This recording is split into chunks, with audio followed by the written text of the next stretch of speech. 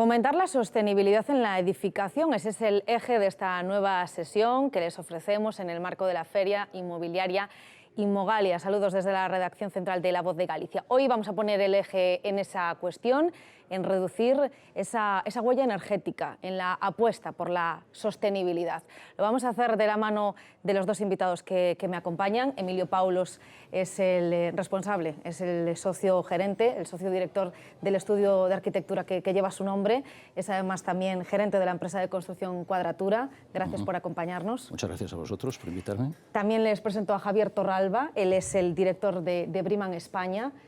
¿Qué tal, Javier? Pues nada, muy contento y de acompañaros esta tarde y poder participar en vuestra Inmogalia. Bueno, nos vas a contar además, Javier, en qué consiste este Briman, esa certificación que les va a interesar y mucho a todos ustedes. Antes vamos a comenzar hablándoles de un asunto que nos trae hoy Emilio Paulos, jardines verticales.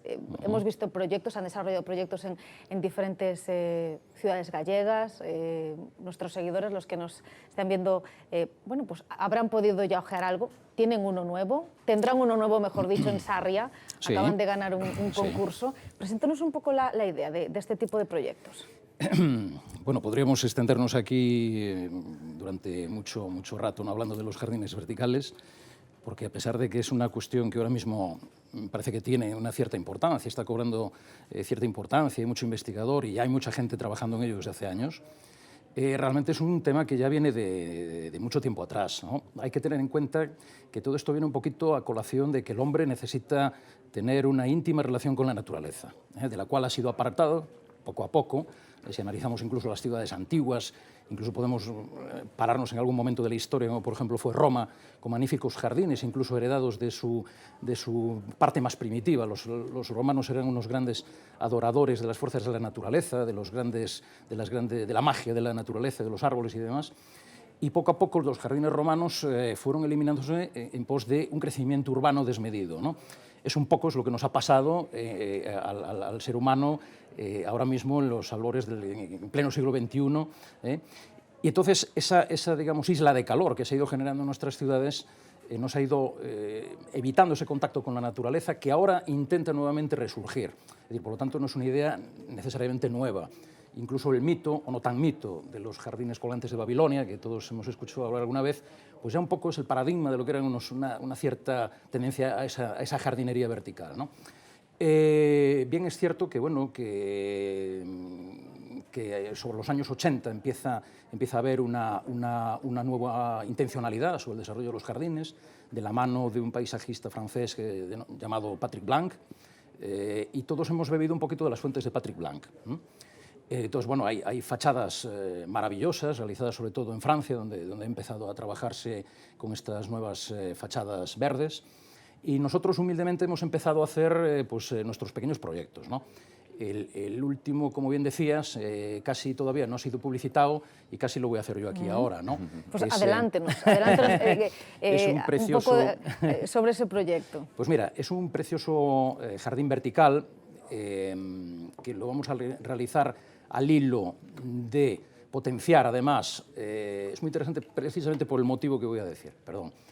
La idea es potenciar el camino francés a su paso por Sarria, el Camino de Santiago, ¿no?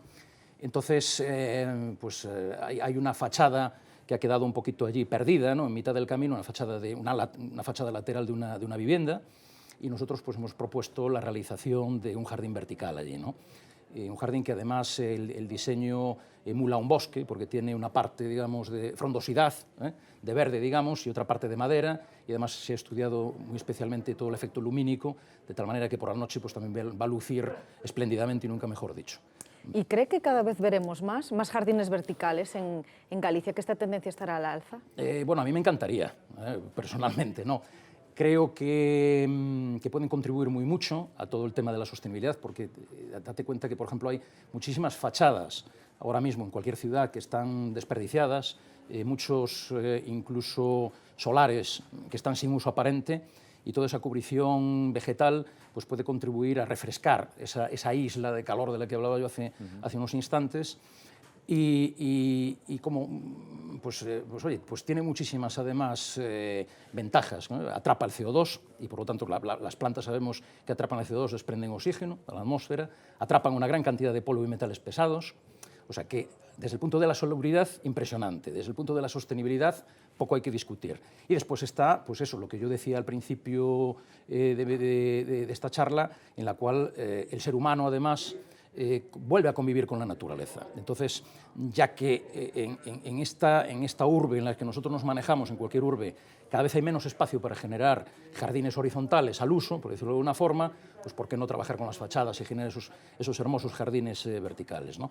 Pero a lo mejor no debemos tampoco centrarnos, en mi opinión, en la verticalidad de los jardines. Es decir, hay uno de los planos a estudiar también importante en las urbes, que son las terrazas, los aterrazamientos y las cubiertas, ¿no? Es un plano, es decir, nosotros cuando vemos las ciudades, pues a lo mejor simplemente vemos lo que es el plano por donde caminamos, el plano peatonal y el plano por donde se trasladan los automóviles, pero hay otro plano, un plano por debajo, que también sería interesante, daría para mucha charla también, un plano en el subsuelo, y tenemos un plano elevado, es el plano de las cubiertas, ¿no? Es decir, a mí personalmente, otra gente a lo mejor no estará de acuerdo conmigo, pero cuando analizo pues, un plano de una ciudad y tal, si hay una cosa que me horripile, son las cubiertas, porque están todas sin orden, sin concierto, parece el gran olvidado. Y bueno, pues hay mucha tendencia ya en otros países, por ejemplo, en Estados Unidos, Nueva York ya está lleno de aterrazamientos que tienen frondosidad ya en sus cubiertas, incluso son utilizados como terrazas al uso, es decir, por la gente de la calle que prefiere ver, pues desde el plano superior, prefiere ver la ciudad, ¿no? Entonces, en un momento además en el que la demanda de terrazas se ha disparado. Se ha disparado. Habría que aprovechar, ¿no?, ese concepto verde e introducirlo también ahí. Indudablemente. Se ha visto de una manera muy especial ahora en esta nueva normalidad, cuando hemos salido del confinamiento que hemos padecido todos, que la gente se ha lanzado a buscar ese verde, a modo pues, de terrazas, incluso de pequeñas dimensiones, patios interiores de comunidades, pequeños jardines. Es decir, nosotros hemos desarrollado durante estos meses varios proyectos muy interesantes de esa índole y ves cómo la gente, pues eso, el subconsciente y la memoria que tienes ahí dentro, que te hace pues, ir buscando ese concepto del verdor, ese concepto de unarte con la naturaleza y necesitamos verlo, ¿no? Necesitamos salir y sentirnos partícipes de ello. Yo creo que es muy importante. Estamos en el camino de conseguir que en la arquitectura ese concepto verde tenga el protagonismo necesario en los tiempos que corren, porque aquí depende, claro, de estudios de arquitectura, de constructores, de promotores y también de los propios clientes. Sí, vamos a ver, efectivamente. Es un tema educacional principalmente y a todos nos corresponde de alguna manera hacernos escuchar sobre estas tendencias, ¿no? A la gente pues, que proyectamos, por ejemplo, pues, yo creo que nos corresponde un gran protagonismo hacerlo partícipe, hacerlo entender, exponerlo, explicarlo. Y después, pues, lógicamente, la gente tiene que verlos, ¿no? Es decir, yo por ejemplo, en mi oficina me he preocupado de que la fachada de nuestra oficina es un jardín vertical. Y además, en el interior también tengo varios jardines verticales. Entonces, hay muchas veces que la gente pues, simplemente se aproxima a ellos y se interesa. Dice, entra para preguntar, no necesariamente para encargar nada ni nada por el estilo, entra por curiosidad. Eso también es importante, porque poco a poco pues tú le vas explicando a la gente el concepto, vas a tal, pierdes un poquito el tiempo con ellos, que a nosotros particularmente nos encanta, y entonces pues haces llegar a la gente otro concepto y se queda con ello. Eso es muy importante. Vamos a hablar de esa certificación, lo dejábamos en el aire. Javier Torralba, el responsable, el director de BREEAM España. BREEAM, quédense con esta idea, certificación sostenible. ¿Qué buscáis? ¿Qué perseguís? Bueno, pues al final, bueno, un certificado como BREEAM, bueno, primero contaros un poquito la historia. Bueno, BREEAM, el certificado a nivel internacional, es el primer certificado a nivel sostenible que nace en el mundo. Nace en el año 1990 en el Reino Unido. Y bueno, llega a España en el año 2010. De hecho, estamos en nuestro 10º aniversario en España. Y bueno, la verdad es que bueno, su evolución pues ha sido bastante importante. Si pudiéramos dividir esos 10 años de estancia en España, de presencia en España, los 5 primeros son como prácticamente testimoniales y los últimos 5 son de crecimiento exponencial, ¿no? Pero bueno, volviendo a tu pregunta, ¿qué buscamos, no? Al final, un certificado de construcción sostenible lo que busca es un triple beneficio, que es muy, muy importante, ¿no? Porque nos solemos encontrar con varios problemas. Uno, que cuando hablamos de sostenibilidad o de certificado de sostenibilidad, la gente lo ubica única y exclusivamente en eficiencia energética. Un certificado sostenible es un certificado energético, es decir, que algo me consume menos, que algo es más eficiente, que algo es menos eficiente. Nada que ver con eso. La energía es solo el 18% de las cosas, de los criterios que analiza BREEAM en su certificado. BREEAM al final analiza un número de criterios que están incluidos en 10 materias, en 10 grandes grupos, ¿no? Uno de ellos es la energía, ¿no? Pero otro de ellos son los materiales, otro de ellos es la salud y el bienestar, la ecología, el uso del suelo, la gestión, el agua, es decir, hay hasta 10 categorías, ¿no? Entonces, eso es sostenibilidad. Es decir, que entendamos que tenemos que actuar sobre el mundo del sector de la edificación desde diferentes puntos de vista. ¿Para qué? Para conseguir tres beneficios, ¿no? Hay muchas veces que nos quedamos con el beneficio económico, ¿no? Pues como el que compra una nevera más eficiente o menos eficiente, o le compra un coche más o menos eficiente. Pues ¿por qué? Porque quiere ahorrar, ¿no? Hay gente que lo quiere comprar porque quiere o tiene un compromiso social o una preocupación por el medio ambiente que realmente le hace tomar una decisión de comprar un producto u otro en función de su eficiencia, ¿no?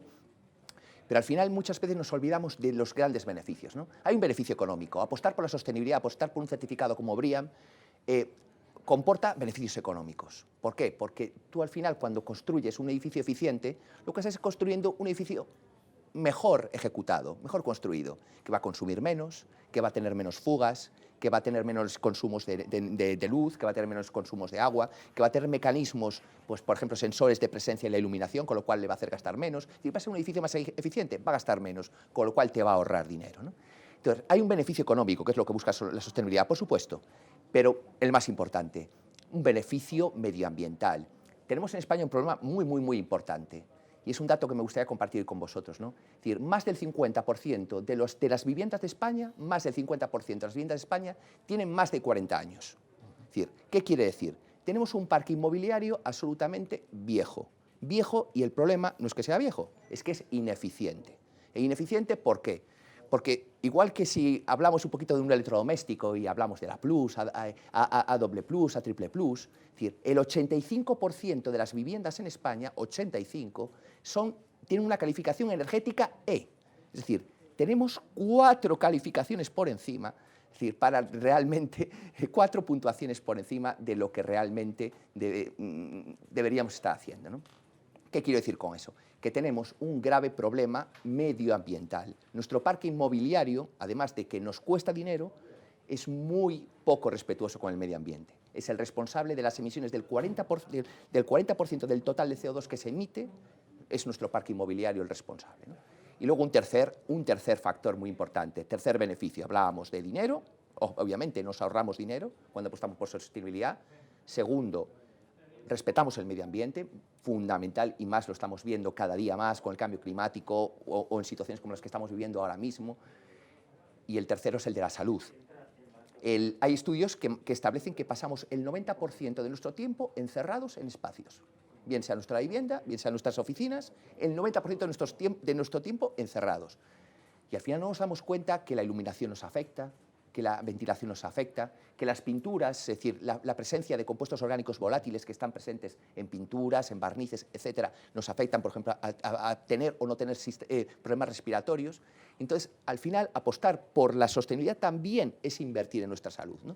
Entonces, yo creo que esto es uno de los mensajes y uno de los objetivos que nosotros de BREEAM en España nos planteamos. Tenemos que contar, compartir, trasladar toda esta información, pero no solo a los técnicos o a los promotores inmobiliarios o a los fondos de inversión, sino al cliente final. El cliente final, nosotros, cada uno de nosotros, cuando compremos una vivienda, cuando alquilemos una oficina, cuando alquilemos un local para montar nuestra tienda, debemos de pedir, exigir que este tipo de cosas estén con nosotros por ese triple compromiso. Hay un mensaje importante, porque Javier, muchos dirán, voy a hacerme una casa nueva, voy a comprar una casa nueva, etcétera, obra nueva, certificado, BREEAM, más accesible quizás porque es un proyecto nuevo, pero también puede conseguirse esa certificación sostenible en el caso de viviendas que ya estén disfrutando, que ya estén usando, ¿no? Correcto. Entonces tenemos como 2 modos de operar. Tenemos para vivienda nueva, es decir, que bueno, un poco al final, como todo en la vida, cuanto antes tomamos las decisiones y cuanto antes introduzcamos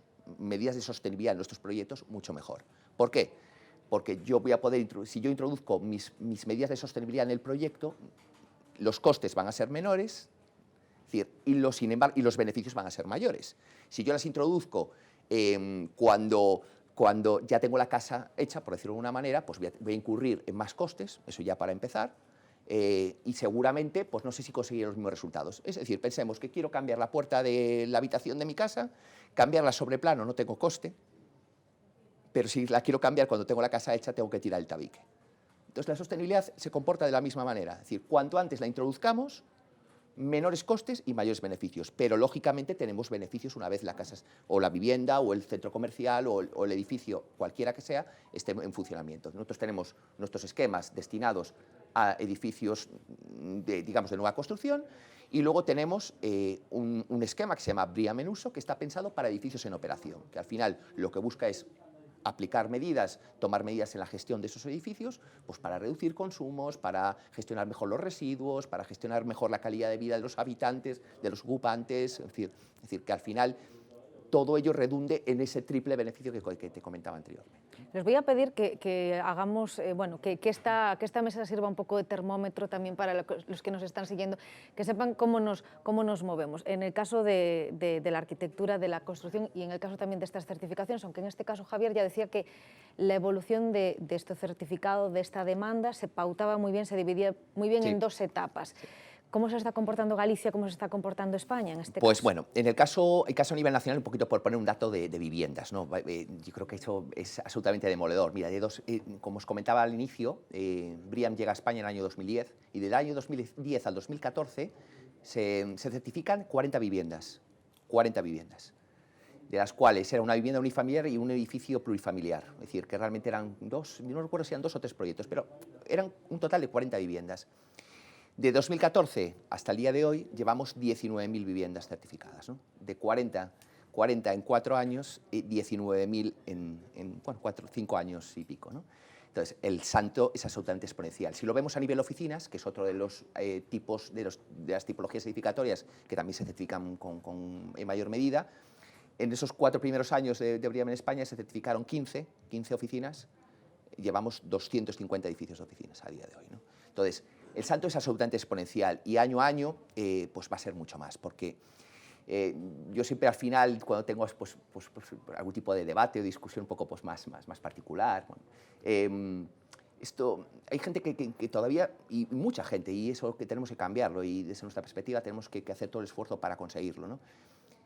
Piensa que la sostenibilidad es una opción, ¿no? Y es que no es una opción, es que no podemos, nos estamos rebelando contra la realidad, ¿no? Y eso es absolutamente imposible, ¿no?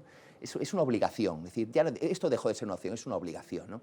Y si empezamos a sumar muchísimos factores, no es que queramos ahorrar dinero, no es que queramos comprometernos con la ecología, con el medio ambiente. Oye, mira, ya no es que ni que quiera tener buena salud o mejor salud, es que al final todo apunta a esto, es decir, si convivimos, por ejemplo, en la Unión Europea. La Unión Europea nos ha marcado un objetivo para el año 2030, que tenemos que reducir nuestras emisiones de CO2 al 50%. Pues en España tenemos 10 años en los que tenemos que hacer un trabajo brutal. Es decir, tenemos que estar rehabilitando cerca de 300.000 viviendas al año y solo rehabilitamos 30.000. Es decir, tenemos un gap, un margen de maniobra impresionante que realizar en los próximos 10 años si queremos llegar al gran objetivo que es el del 2050 de llegar a ser neutros, ¿no? Entonces, dicho esto, tenemos que trasladarle, y al final yo creo que esto pasa porque el cliente final, cada uno de nosotros, cuando en nuestras vidas particulares, ¿no? Igual que reclamábamos determinadas cosas, le reclamamos ahora a un coche eléctrico, le reclamamos a un electrodoméstico, ¿cómo no le vamos a reclamar una vivienda, por ejemplo, que es nuestra mayor inversión, la mayor inversión que vamos a hacer en nuestras vidas, ¿no? El que se decida comprar una vivienda va a hacer su mayor inversión comprándose una vivienda, ¿no? Cuando nos compramos un coche vemos la aceleración, el consumo, si puede entrar en los cascos urbanos o no. Y es un coche para 10 años, de media. Puede durarte más, ojalá, o menos. Un electrodoméstico igual. Miramos el electrodoméstico, miramos el coche, pero no miramos nuestra vivienda. Esto es lo que tenemos que conseguir trasladar entre todos. Que el cliente, que el consumidor final valore la importancia de la sostenibilidad en su vivienda, en su oficina, en su negocio, etc. Bueno, en este caso los números son claros, ¿no? En relación a los certificados y en relación también a los deberes que tenemos hasta el año 2030. ¿Qué números se arroja en su caso? ¿Qué números tenemos? ¿Ayuntamientos? empresas particulares, ¿están aprobando en esta asignatura de la sostenibilidad? Yo diría que hay un gran camino todavía por recorrer. Hay un enorme desconocimiento, como decía el compañero, enorme desconocimiento. Yo creo que los que primero tendrían que apostar y dar ejemplo son las administraciones. Yo aplaudo desde aquí, pues, por ejemplo, al Concello de Sarria, que ha visto precisamente cómo reverdecer una zona tan emblemática como es la del Camino Francés. Sirve precisamente para, al mismo tiempo, para publicitar no solamente su concello, sino para hacerlo y partícipe de esa sostenibilidad urbana. Después, y lo decíamos también al principio, ¿no? Cuando hablaba yo al principio también, el tema de la educación, es decir, al cliente, nosotros, por ejemplo, hacemos interiorismo de cierto nivel y tratamos de inculcarle ya al cliente el aspecto de la bioconstrucción, ¿no? Que es un poquito al hilo de lo que hablaba el compañero, de la bioconstrucción, es decir, de trabajar con materiales sostenibles, de generar la menor cantidad de residuos posibles, ¿no? A ver, lógicamente, cuando hablamos de reforma de viviendas de 40 a 50 años, que es un poco lo que nosotros estamos haciendo ahora mismo, pues lógicamente los conceptos de distribuciones y de espacios y tal cambian radicalmente, ¿no? Entonces te ves obligado, en la mayor parte de los casos, a realizar una demolición integral. Bueno, pues ahí sabes que estás marcando una huella importante con la demolición, ¿no? Es decir, hay toda una serie de residuos que hay que eliminar y eres consciente de ello. Pero tienes que tratar de equilibrar después a la hora de construir y no volver a generar lo mismo, ¿no? Por ejemplo, es decir, y puede haber también mucha gente que daría para un debate largo, ¿no? de la construcción, pues, por ejemplo, con el eterno ladrillo, donde España, pues, es una gran potencia, y precisamente como parece que no sabemos hacer otra cosa, seguimos construyendo con ladrillo, ¿no? Y de alguna manera, pues, es un proceso ya casi obsoleto, ¿eh? Porque sí, el ladrillo efectivamente es sostenible en sí mismo, pero habría que volver a lo de siempre, es decir, la gran polémica, es decir, ¿es sostenible desde el inicio de su fabricación hasta el final de su ciclo o no lo es? Ahí lo dejo, porque da para mucha polémica, para polemizar, ¿no? Yo, en mi manera de verlo, no lo es. Sobre todo porque yo me encuentro con el ladrillo cuando tengo que demolerlo. Y entonces dices tú, ostras, pues vaya residuos que estoy montando aquí, ¿no? Si luego después vuelvo a edificar otra vez con ladrillo, pues me encuentro con lo mismo. Porque la gran paradoja de construir, de hacer tabiquerías con ladrillo al margen de otras patologías y de otros oficios que puedan intervenir a lo largo de esa nueva construcción, se da la casuística de que para pasar unas rozas de electricidad o fontanería, resulta que tenemos que romper el ladrillo, ¿no? Es paradójico aquello. Es decir, yo cuando estudiaba hace años en la escuela, decir, no hay nada más paradójico que romper un tabique que está perfectamente aplomado y que un señor con gran oficio pues lo ha levantado. Y bueno, resulta que luego después nosotros lo convertimos en un queso gruyère y que a la larga también puede tener una serie de patologías. Pero cuando lo estás rompiendo, estás volviendo a generar otra vez residuo. Entonces es absurdo. Entonces hay que trabajar con otro tipo de sistemas, bien sea pues, tabiquería en seco, vamos a dejarlo ahí sin entrar en marcas comerciales, o nuevas tabiquerías a base de madera o de otro tipo de tableros. E incluso ahí hay que tener cuidado sobre qué tipo de tableros, es decir, para que no contengan determinados compuestos volátiles, que no contengan determinados barnices que afectan al ser humano, etcétera, etcétera. Todo ese conjunto que se puede denominar bioconstrucción, va al hilo de lo que decía el compañero, y creo que es otra asignatura pendiente, sí. Es decir, dentro de la propia vivienda, ¿no? Creo que quienes están aprobando, y además merecen un capítulo especial en los tiempos que corren, ¿verdad, Emilio?, son los hosteleros. Tenéis proyectos, en este caso importantes, sí. Lo habéis tenido en estos últimos tiempos, sí. de ese sector, ¿no? Sí, efectivamente, ¿no? Pues ahora mismo tenemos sobre el papel dos proyectos interesantes de hostelería y venimos de entregar hace poco otro muy bonito, una pequeña joya, que es concretamente Casa Pardo. Voy a hacer publicidad de estos clientes maravillosos que hemos tenido y la suerte de poder trabajar codo con codo. Y realmente es un sector muy valiente, ¿no? Yo me he quedado gratamente sorprendido porque cuando hablas con ellos, pues realmente lo que te dejan entrever es decir, tenemos que renovarnos. Es el momento, a veces, las crisis lo que traen consigo es decir, oye, un cambio de planteamiento, un cambio de paradigma. ¿Qué es lo que tenemos que cambiar? Pues a lo mejor resulta que tenemos que cambiar el modus operandi de lo que hemos venido haciendo hasta el momento, ¿no? Y adaptarnos a la nueva normalidad, entre comillas. Correcto. Entonces esta gente, pues la verdad es que lo está haciendo bien. Por un lado, los que acabo de nombrar, y por otro lado, pues los nuevos clientes que tenemos, para los cuales estamos haciendo proyectos importantes, a nivel incluso de pubs, que están siendo especialmente castigados, ¿no? Ahora mismo, y se están lanzando a la aventura pues con esa idea de decir, bueno, pues vamos a apostar por algo diferente, por algo novedoso, vamos a estar ahí cuando nuevamente volvamos a esa tan ansiada nueva normalidad, nuevamente entrecomillado, y yo creo que es un sector muy valiente. ¿Y qué ¿no? les diferencia a esos proyectos, a los valientes que apuestan, sobre todo por renovarse, pero por hacerlo de una manera más sostenible? Vamos a ver, esa valentía se traduce en que ellos consideran que el diseño que se les ofrece y todas esas mejoras que nosotros tratamos de introducir a nivel de bioconstrucción, siempre intentamos también meter un poquito de paisaje en el interior de nuestros proyectos, pues viene al hilo precisamente de eso, de que esa aventura la ven perfectamente y dicen, necesitamos algo distinto, que en esa nueva normalidad que todos ansiemos también seamos protagonistas de algo nuevo, ¿no?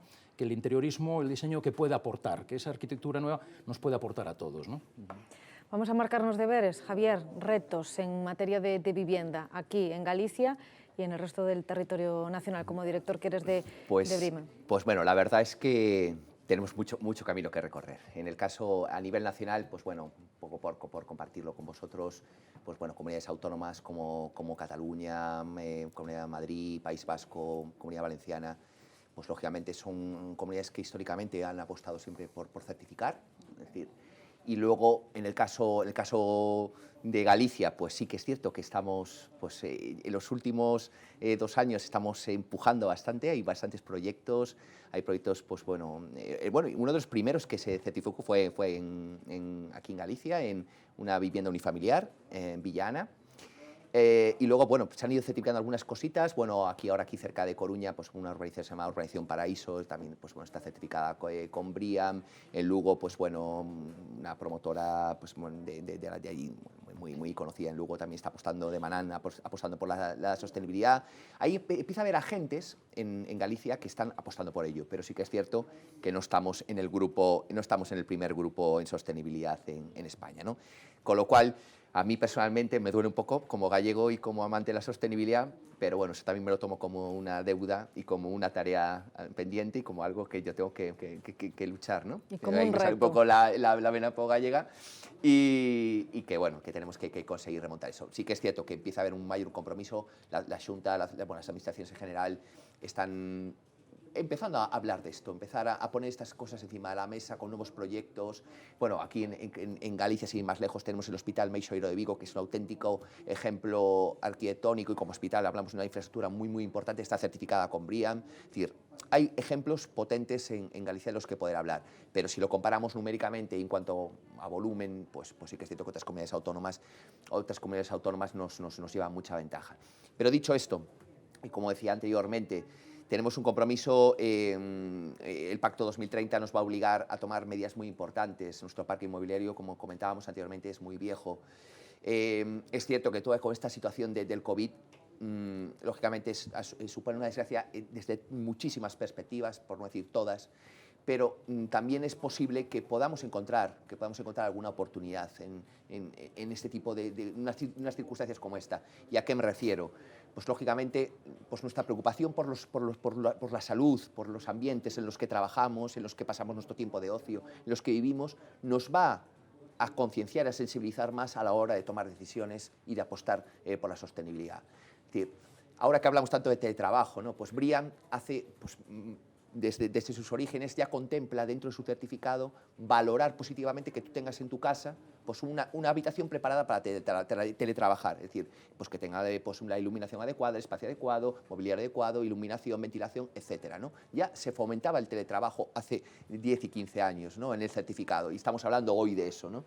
¿Qué quiero decir? Que también como certificado nuestra obligación y nuestra misión es tirar del mercado, es decir, detectar necesidades y anticiparnos a la normativa, ¿no? Es decir, la normativa es el aprobado, raspado para entendernos, ¿no? Y la obligación del certificado, que al fin y al cabo es un elemento voluntario, es tirar, es poner un plus, darle un valor añadido pues en este caso a nuestras edificaciones, ¿no? Entonces, deberes tenemos muchos, tenemos que reducir nuestra huella de CO2, es decir, es absolutamente inconcebible e inaceptable que nuestro parque inmobiliario sea el responsable del 40% de las emisiones, no podemos tener viviendas tan sumamente ineficientes, no podemos continuar de esta manera.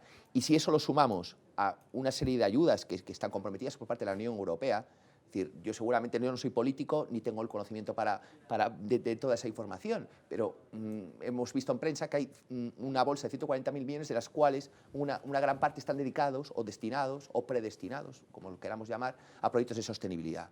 pues transformemos un problema que tenemos en España, que es el de un parque inmobiliario antiguo, transformemos un problema en España que tenemos de una baja cualificación en determinados sectores de población, y transformemos esto en una oportunidad también para renovar nuestro parque inmobiliario y para también generar puestos de empleo, ¿no? Y yo creo que podría ser una oportunidad, y a mí me gustaría pues, que alguien recogiera este guante y que lo pusiera encima de la mesa, porque creo que tenemos una oportunidad importante encima de la mesa. Aprovecharemos esta oportunidad. El estudio Emilio Paulo se marcha ya desde hace 5 años. Habrá habido muchos momentos claves que han marcado su hoja de ruta. Este será uno de ellos, seguramente por lo histórico y lo excepcional del momento, pero ¿servirá para aprovechar la oportunidad de la sostenibilidad? Es que yo creo que aparte, como decía Javier, yo no creo que sea una opción, yo creo que es lo que tiene que ser, ¿no?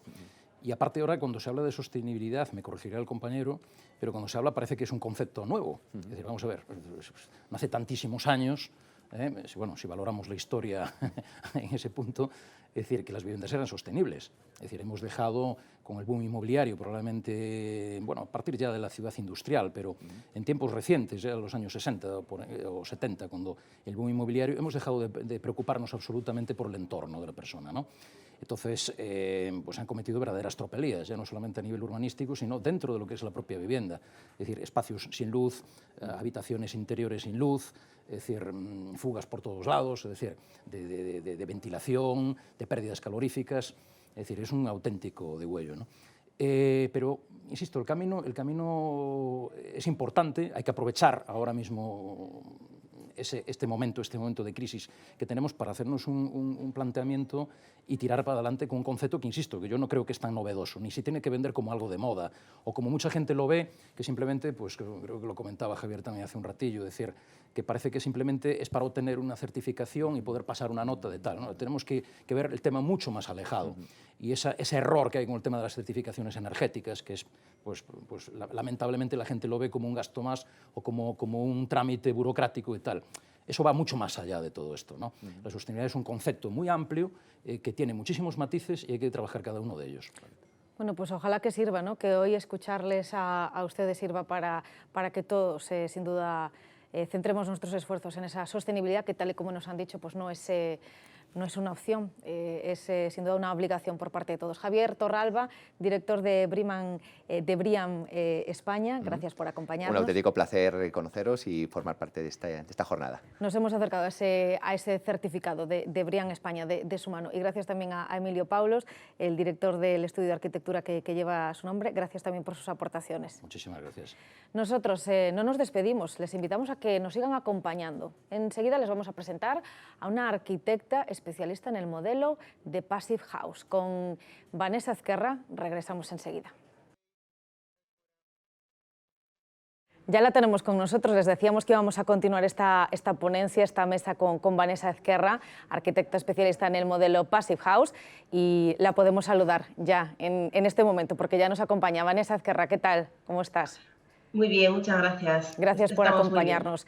Vamos a presentarles ese modelo. Te vamos a dejar a ti durante unos minutos con esta ponencia en la que nos vas a desgranar las características de este modelo, del Passive House, de estas casas pasivas. Yo creo que a cualquiera de los que nos siguen les interesará tener casas más sostenibles. Vamos a aprender de tu mano y a continuación charlamos durante unos minutos. Pero háblanos y preséntanos este modelo y qué es además, Vanessa, ser una arquitecta especialista en este modelo Passive House. Muy bien, pues realmente las Passive House o casas pasivas en los últimos años se han convertido en toda una revolución gracias a los múltiples beneficios económicos y de salud que aportan a sus habitantes, según lo que se ha comprobado durante los últimos 30 años que lleva en vigor este estándar. En esta imagen que vemos a continuación vemos el primer edificio Passive House que se construyó en Alemania en 1991, en el cual, si vemos la gráfica de la derecha, vemos toda la proyección de los consumos energéticos que ha tenido este edificio hasta el 2016, que es cuando se hizo el estudio.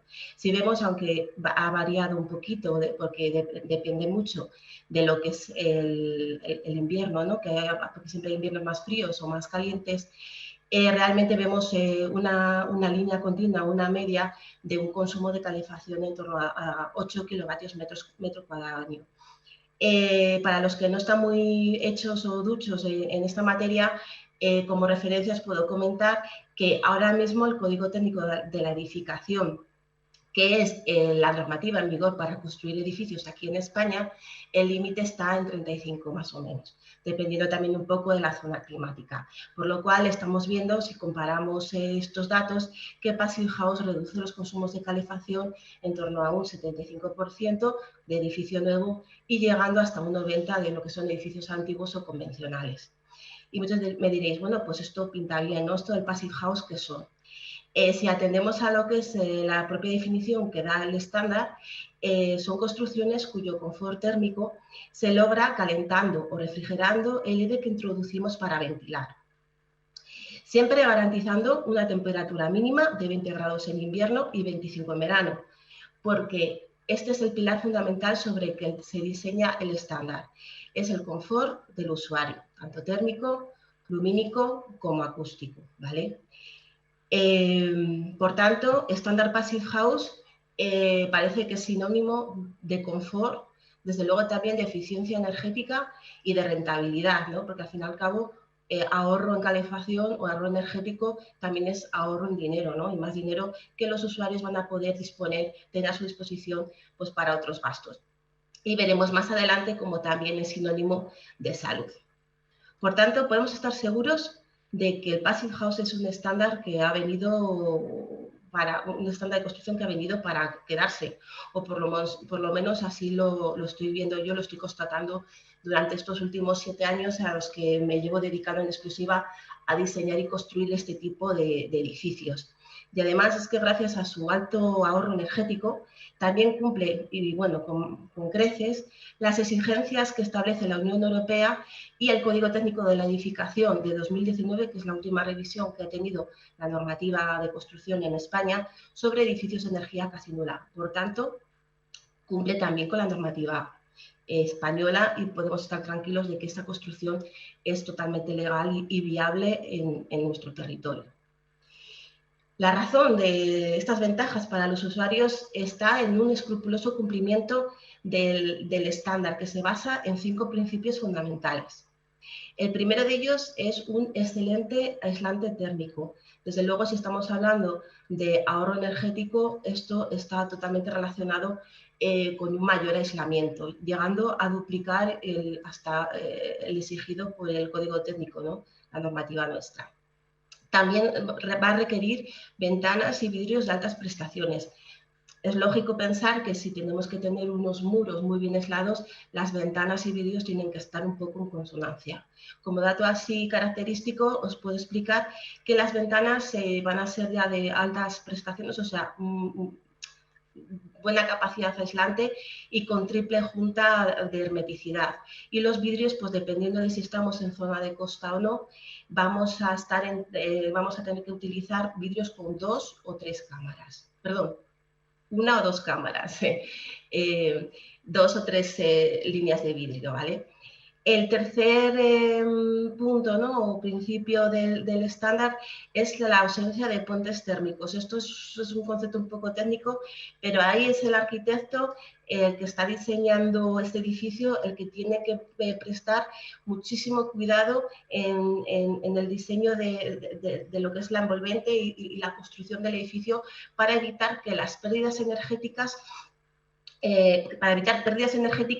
que puedan generar debido a una discontinuidad en la capa aislante. El cuarto principio es bastante novedoso porque en la construcción convencional nunca se ha tenido cuenta y es la hermeticidad al aire. Aquí se debe prestar mucha atención tanto en el diseño, ¿vale?, como también en la ejecución de obra para evitar fisuras por donde se pueda ver fugas de energía dentro de lo que es la envolvente del edificio, que al final es lo que nos está protegiendo del exterior, ¿no?, y de las inclemencias del tiempo. Y por último, el quinto punto es la ventilación mecánica con recuperador de calor, ¿vale? ¿Esto qué significa? Que nosotros, desde luego, tenemos que ventilar los edificios, igual que lo estamos haciendo en la actualidad. Lo que pasa que la ventilación natural que estamos realizando en nuestras casas genera un problema de gasto energético que está estudiado que llega a un 30% de la factura de calefacción. Entonces, si queremos hacer edificios que realmente sean muy eficientes y que no consuman, tenemos que atacar este problema. Y la única forma es crear un sistema de ventilación con un equipo que nos recupere ese calor que estamos perdiendo durante la ventilación. Son equipos de alta eficiencia pudiendo llegar a recuperar hasta un 85%, lo cual está muy bien porque al fin y al cabo eso se nota mes a mes, ¿no? Y siempre garantizando sobre todo la ventilación continua del edificio, porque claro, si no abrimos ventanas no ventilamos, pero también estamos generando un problema de salud muy importante en los edificios, ¿no? Como está pasando ahora, por ejemplo, pues con esto del COVID en los colegios, en los hospitales y en los centros de salud, que bueno, pues suelen ser instalaciones o edificios que no cuentan con instalaciones adecuadas de ventilación y se está detectando este problema. En un edificio Passive House, desde luego, no va a ocurrir. Y por tanto, aunque son 5, he dicho 5 principios, hay uno que en nuestra latitud, en nuestra zona geográfica, es importante aplicar para garantizar este confort durante todo el año. Porque estamos hablando de aislamiento, estamos hablando de protegernos del frío, pero también nos tenemos que proteger del calor. Entonces, como comentaba antes, en nuestra zona geográfica tenemos que utilizar un sexto principio, que es la protección frente al sobrecalentamiento en verano. Así pues, siguiendo estos 6 puntos, junto con un diseño basado en los fundamentos bioclimáticos, porque se tiene mucho en cuenta la orientación, la trayectoria solar durante todo el año para poder beneficiarnos del calor gratuito que nos da el sol, ¿no? Y gracias a la ayuda de un programa de simulación energética que contamos los designers, ¿no? Las personas certificadas para poder diseñar este tipo de edificios, desde luego se logra, sin lugar a dudas, el objetivo de poder diseñar una verdadera, auténtica casa pasiva. Y al final pues se logra este objetivo, que no es otro, que al final es el que busca el usuario o el cliente final, que es construir edificios con una reducción de sus necesidades energéticas, tanto de calefacción como de refrigeración, más de un 90%, y desde luego edificios o viviendas mucho más confortables y saludables. Esto, que desde luego es un reto, yo creo que es una ventaja muy importante y es algo que todo el mundo deberíamos de apostar, desde luego también todo el mundo deberíamos exigir que se construya con ese rigor, ¿no? Y que realmente obtener ese resultado que estamos buscando, ¿no? Esas prestaciones. En este caso, Standard Passive House, para cerrar el círculo y de alguna manera garantizar que se van a lograr estos objetivos, poner a disposición de los usuarios el sello Passive House. ¿Esto qué es? Es una certificación, al final no es otra cosa que una auditoría externa que supervisa todo el proceso constructivo de esta construcción, desde el propio diseño, desde los cálculos hasta la ejecución, los materiales que se han utilizado, para ver si realmente están cumpliendo con todas las exigencias que establece el estándar. Una vez que esta tercera persona, que es ajena a todo el proceso constructivo, constata que todo se ha hecho bien y ha seguido su curso y cumple con el estándar, pues ya te ofrecen ese sello y esa certificación Passive House. Desde luego, desde mi punto de vista, es fundamental para estar tranquilos de que tu inversión, al final, cuando haces una construcción, haces una inversión muy importante, y ese edificio en el que vas a habitar durante muchos años, pues tenga estas prestaciones que queremos, ¿no? Por otro lado, certificar no solamente es estar seguro de esto, ¿no? Es estar seguro de muchas otras funciones o ventajas que a continuación voy a detallar. Uno es pues estar seguros de que tenemos una construcción de alta calidad constructiva y, muy importante, que no va a tener fallos ni vicios ocultos. Otra de las ventajas que les he adelantado antes es estar seguros de que nuestra construcción va a tener las prestaciones Passive House que estamos buscando 100% garantizadas. Muy importante, estas construcciones nos va a ofrecer un alto confort acústico. No es un tema que inicialmente buscaba el estándar, pero está derivado desde luego del alto aislamiento térmico, tanto de muros como de ventanas, y también por el tema de la hermeticidad al aire, porque si no tenemos fisuras, por ahí no nos entra frío, pero tampoco nos entra ruido, ¿no? Entonces, ahí también se nota mucho y es una de las prestaciones que mis clientes se valoran muy positivamente. También, y no podemos pasar por alto, el tema del aumento de valor de mercado de esta construcción, puesto que al tener un sello de calidad validado y reconocido a nivel mundial, como es el Standard Passive House, nos está poniendo en valor pues toda esa inversión y todo ese esfuerzo que hemos hecho para construir esta edificación. Tampoco es de evaluar el aumento de vida útil de esta vivienda y de sus equipos, que va a causar que no tengamos que destinar a posteriori inversiones en remodelar o en mantenimientos o en reformas, porque durante la construcción se han hecho a lo mejor cosas no del todo bien, ¿no? Esto nos elimina vicios ocultos y estamos utilizando también equipos de muy alta calidad. Y gracias a que son edificios que consumen muy poco y por tanto también reducen mucho sus emisiones, pues podemos optar a acceder a hipotecas verdes. La ventaja que tiene este tipo de hipotecas es que te reduce el interés, porque siempre es un fijo de interés, te reduce el interés en torno a un 0,15 ahora mismo como está el mercado. Esto también depende un poco de cómo está el Euribor, ¿no? Pero ahora mismo están ofreciendo una reducción de interés en torno a un 0,15 respecto de unas hipotecas normales, lo cual al final también es más dinero que el usuario va a tener en su bolsillo, ¿no? Y por último, y ahora que esto está muy de autoridad, el tema del COVID, son edificios que presentan una protección frente al COVID-19. Los edificios o viviendas Passive House, al disponer de un sistema de ventilación y filtrado que mantiene el aire limpio, libre de polvo, de polen, de ácaros, bacterias y cualquier otro tipo de contaminante, transforman estos edificios en casas o estancias donde los habitantes logran que su organismo viva cada día en un ambiente completamente limpio y saludable. Por otro lado, también tenemos que tener en cuenta la situación ambiental en la que nos encontramos, con todo el tema del cambio climático y el efecto invernadero. Y en este sentido, ya todas las administraciones nos están obligando a reducir estas emisiones, ¿no? Las Passive House también cumplen con este requisito, puesto que, como comentaba antes, al reducir consumos de energía, de calefacción, también estamos reduciendo emisiones.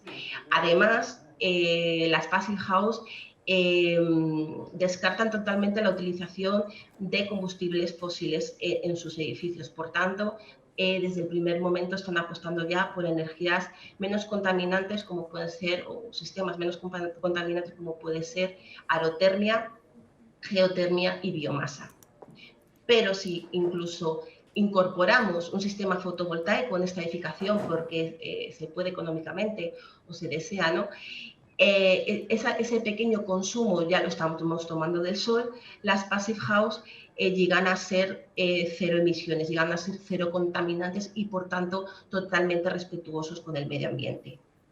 Así pues, para finalizar, yo creo que la conclusión que podemos sacar de todas estas ideas que he querido plantearos es que los edificios pasivos, las Passive House, casas pasivas, desde luego, todas estas construcciones que están diseñados en relación o siguiendo el rigurosas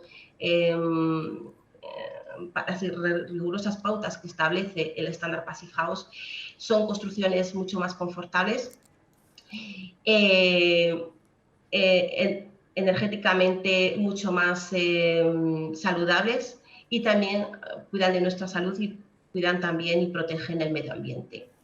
Y pues nada más, muchas gracias por vuestra atención y espero que haya sido de interés esta charla. Muchas gracias.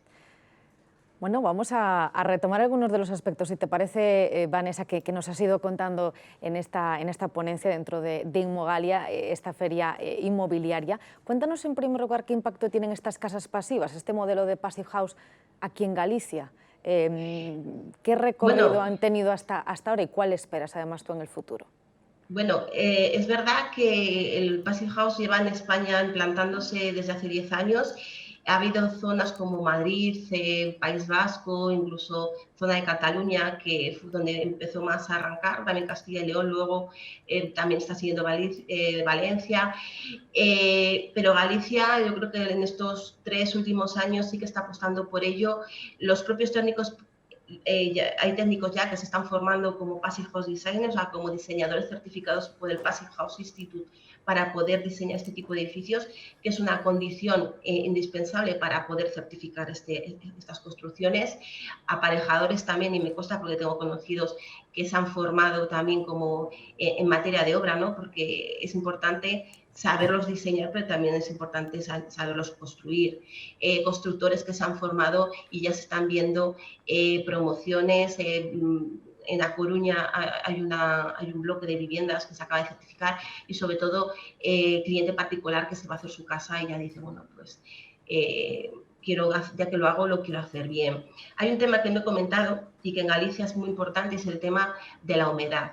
Dado que Galicia pues suele tener climas lluviosos y bueno, pues la humedad es algo característico en muchas zonas. Lo bueno que tiene el estándar Passive House es que esta humedad no entra dentro de la vivienda. Gracias al sistema de ventilación y tiene un proceso de deshumidificación, ¿vale?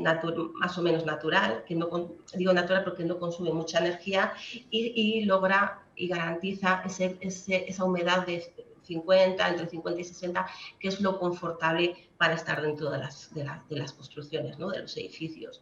Y teniendo en cuenta que cada vez estamos más en casa, ¿no? Que estamos entre el 80 y el 90% dentro de los edificios, o sea, con el teletrabajo, yo creo que muchas personas están apostando por ello porque dicen, bueno, ya que tengo que estar en casa, pues quiero estar de la mejor manera posible. Las previsiones supongo que serán, Vanessa, de que esta tendencia vaya al alza, ¿no? Sobre todo porque hay más conciencia medioambiental, como decíamos, esos ahorros energéticos importantes, lo cifraba en un 75 o un 90% dependiendo de la naturaleza de la vivienda, sí. Son ahorros muy importantes, pero también es esa protección con el medio ambiente. Así que, por lo que nos ha dicho en Galicia cada vez más, entiendo que la perspectiva también es que esto continúe, ¿no? Sí, sí, sí. De Galicia no salen muchos datos, pero bueno, hay una plataforma que es una asociación de personas que nos dedicamos al Passive House, ¿no? Una asociación sin ánimo de lucro. Y bueno, en los últimos datos que puedo comentar, que publicaron, es que en noviembre del año pasado en España había 100.000 metros cuadrados certificados Passive House. Y en 2 años esto se iba a multiplicar por 3, o sea, en 3 años en España iba a haber ya 100.000, 300.000 metros cuadrados certificados. Esto empezó con cliente particular, pero ya las promotoras se están apuntando al estándar porque es algo que el cliente está demandando.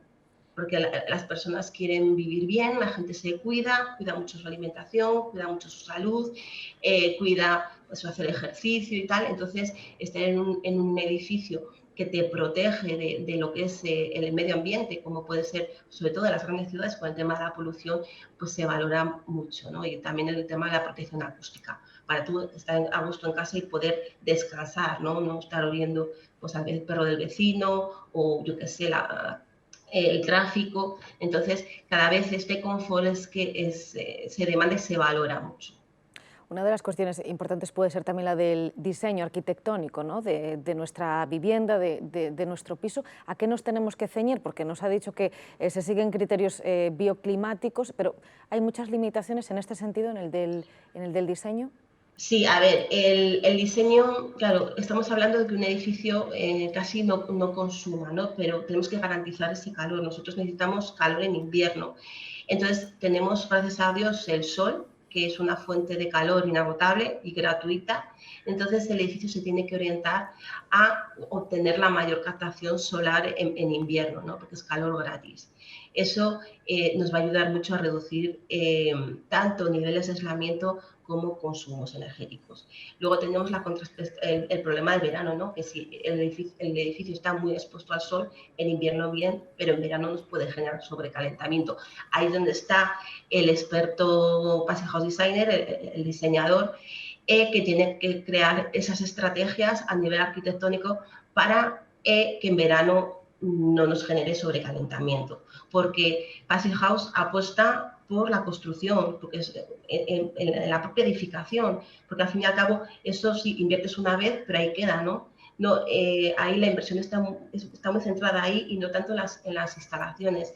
Las instalaciones son mínimas pues, para poder generar ese confort, ¿no? ese poquito de calefacción que necesitamos, hay agua caliente sanitaria que necesitamos, desde luego, iluminación, electrodomésticos, pero se reduce al mínimo. La carga y la atención se pone en el edificio, porque una vez que el edificio está muy bien construido, hacemos como un termo, el poquito calor que metemos en ese termo ahí aguanta durante horas, ¿no? Ese es más o menos el concepto de lo que es el estándar Passive House. Le preguntarán mucho por la diferencia de precio, esa inversión, lo que cuesta optar por una certificación de casa pasiva. Las cifras pues son las que nos ha dado, ¿no? Y a largo plazo, a medio plazo, esa rentabilidad está asegurada, ¿no? La verdad es que depende mucho también de la zona, ¿no? Pero es verdad que estamos invirtiendo más en aislamiento, en mejores materiales, en mejores ventanas, y eso pues tiene un impacto en el coste total de la vivienda. Pero cuando valoramos esto tenemos que valorarlo en el conjunto, ¿no? A ver, ¿qué me cuesta la casa? Por ejemplo, ¿qué me cuesta la casa?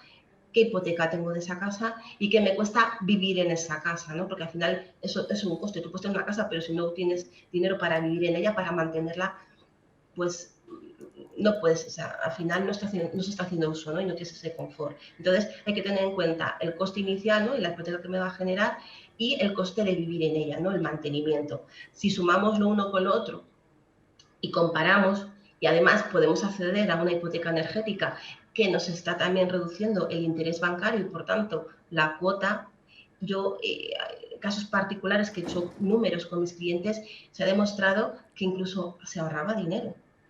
Se ahorraba dinero. Claro, si tú estás con tu hipoteca más lo del gas, más lo de la luz y tal, al final se ahorraba dinero. Lo que pasa que solamente nos quedamos con cuánto me vale la construcción. Ya digo, pero si yo pago, por ejemplo, 700 euros de una hipoteca y luego estoy pagando 200 de calefacción anual, pues vale, estoy pagando 900, pero si la hipoteca me cuesta un poco más, yo qué sé, 780, pero estoy pagando 30, 40 euros, al final estoy ahorrando dinero. Entonces, ahí sí que es importante establecer estos datos para que las personas se animen, porque realmente estás invirtiendo en ti. Yo siempre digo, es mejor invertir en algo que es tuyo, como es una hipoteca, que no en destinar cientos de euros a pagar, yo qué sé, a las energéticas, tampoco voy a poner ningún nombre, que al final es un dinero que estás tirando entre comillas, ¿no? Bueno, pues ese modelo de Passive House, de casas pasivas, completando esta mesa.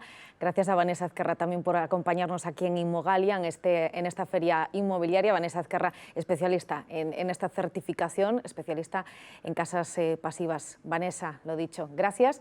Y hemos aprendido, nos hemos acercado y sobre todo pues hemos orientado ya esas tendencias hacia esa eficiencia energética que tanto necesitamos por nosotros, por nuestro consumo, por nuestro ahorro y también por ese cuidado medioambiental. Un placer escucharte, gracias. Muchas gracias y animo a la gente que por lo menos investigue, porque lo que sí que os puedo asegurar que es una apuesta segura. Que bueno, pues aquí no hay opción a error, o sea que hoy les hemos ofrecido al menos la base para que ya pues, sigan averiguando cosas acerca de este modelo. Un placer, gracias Vanessa Ezquerra. Gracias a vosotros. Así cerramos esta mesa. Gracias también a todos ustedes por su atención. Muy buenas tardes.